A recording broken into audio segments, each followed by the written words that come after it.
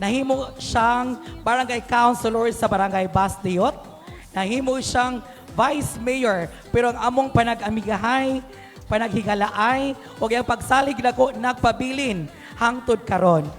Og aton siyang nasaksihan sa iyang pagkamanggihatagon sa pag-share sa iyang mga blessings na walay no sa tanang mga hangyo o yangungo sa tanang mga mualbolanons. O karon gusto pa niyang mapalapdan ang iyang serbisyo dili lamang sa lungsod sa Mualboal, kundili sa ikapito nga distrito.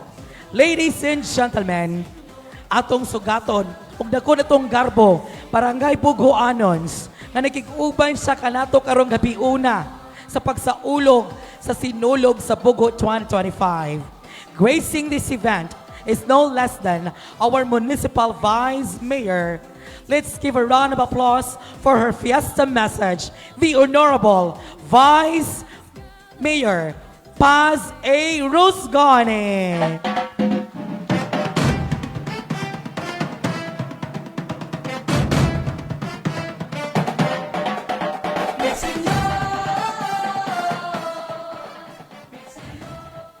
Barangay Bugho, maayong gabi kaninyong tanan.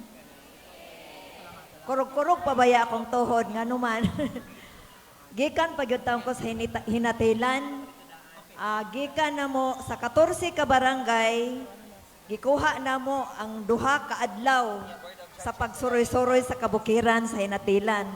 So gahapon, unom karong adlaw, 8 iha na ko na sinati og unsa katag-as sa mga bukid sa nakalain-lain no nga kabarangayan lagi sama sa giingon ni Sir Vince, gipalapdan nako ang akong pagserbisyo. So grabe gayud kay ang tibuok barangay sa Septimo Distrito bali man ni og 141 barangays. Imagine, from 15 barangays sa ato ang lungsod sa Mualboal, lagtason ug ako ang sakaon ang 141 ka barangay. Sa dili pa akong pasalamat, grabe, Kapitan Carl, I am really touched. I am so amazed. I am so grabe.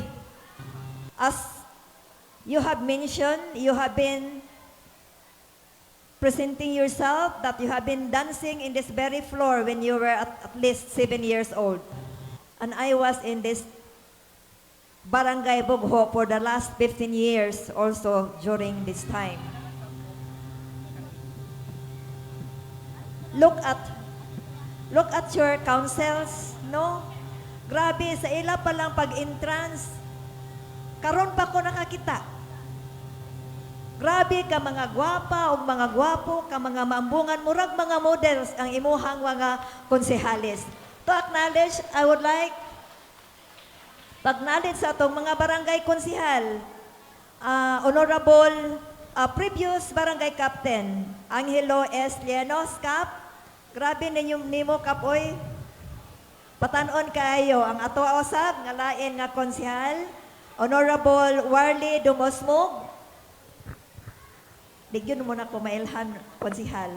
An Honorable Milagros Roth Crenhia, Ma'am Roth, tugay na dyan kong nakailan ni mo. Ang ato usab nga lain nga konsihal Gerald Pabiliar, ato ang leader sa usa ka organisasyon sa dinhi sa Mualboal, no, ACRO. Former principal, usa ka magtutulo sa nadugay ng panahon, retire naman tuod, pero nibalik para lang yun pagserbisyo sa iyahang barangay, Barangay Bugho, Sir Abondio Redoble. Then si Ma'am atong konsihal, Binda Boaya Abduhan. Dugay na sa taon ko aning Ma'am Binda, wa ko kaila ganina, asan, naragyod, wagi hapon ko kaila. Grabe inyohang mga biyote karong gabiuna. Nagtapad mi sa usa nyo ka konsihal, niingon gyud, Vice, sus, ug wala si Kapitan Gilot na kapitan, karon pa gyud mi naka-Pilipiniana. No, gasilak-silak yun, itaw, nindot yun kaayo. I am really thrilled and I'm very, very proud, Barangay Bugho. Nga kamo pa yun nakita nako. Nga una nga barangay, diin imong gitagaan og hostisya ang ilang pagka-konsihal o ilang pagka pangulo sa ato o sa inyuhang barangay. O ang atong iski chairman, of course, si Miss Decime Layesi. Kamong mga batanon, mga konsihalis, mga SK councilors, you really showed your capability of being a leader in your barangay. You will be the future leaders in our municipality or in other provinces or basin siguro mahimo mo nga usab lain-lain ang posisyon sa atoang probinsya sa Sugbo. Nya sa atong of course ang atong barangay secretary, Miss Virginia Apatan, o ma'am, jud ko kailan nimo. Nagsige na kung asa naman si Ma'am Virgie. Oy, wa naman. Nya ang atoang barangay treasurer nga gadala sa Pontel sa atoang barangay, Ma'am Michelle Raganas. Yun ko, it's really amazing. Sa tanan nga mga kapitanis sa nagkalain-lain nga barangay, no, sa mga bisita, sa mga dumudoong, sa atong mga kontestant karong gabhiuna, grabe gyud, dili nako matukib og kalipay nga grabe ang inyong pagpreparar. Dili sab na ko'y kalimod nga ako usab nga ikapasigarbo ang ato ang miss, ang ato ang MC, si Sir Vincent nga tinuod jud murag 20 na sa siguro may katuig ani nag-uban. Unya Miss Lau, ang ato ang gwapa nga niya sa ato ang staff sa ato usab sa munisipyo, niya isag asa sad ni. Kaninyong tanan sa mga maestra sa ato ang dinhi sa atong eskwelahan, Barangay Bugho, mga mamumuong bisita kaninyong tanan, usbo nako maayong gabi. Pahimutsin ninyo ang higayon sa inyong kapistahan, diin ang inyuhang batanon nga kapitan ni apay energy. Sa pipila ka mga tuig murag, I think there will be a 5 years term in your being barangay captain, so you have 3 more years to go.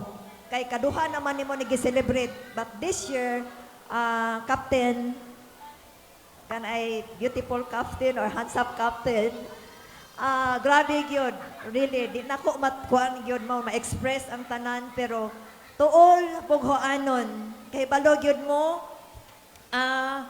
grabe gyud nako, nga first time usab nako nga nakita, nga diin, ang inyo yung presentation, grabe ka sparkling, grabe good.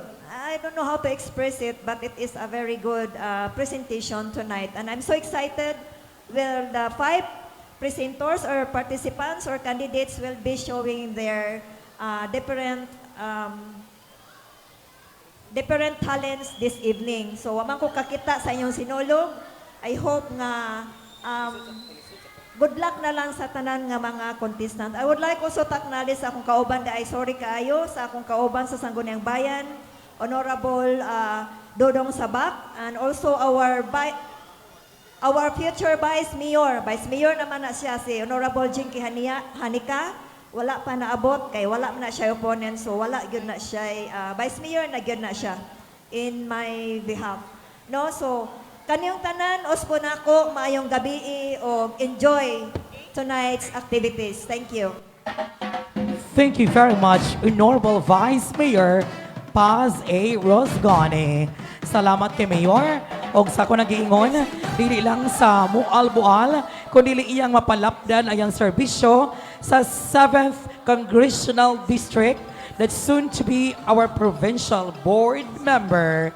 There you have it, ladies and gentlemen. How about giving a round of applause to once again our Municipal Vice Mayor, Honorable Paz Lingling Avenido Rosgoni.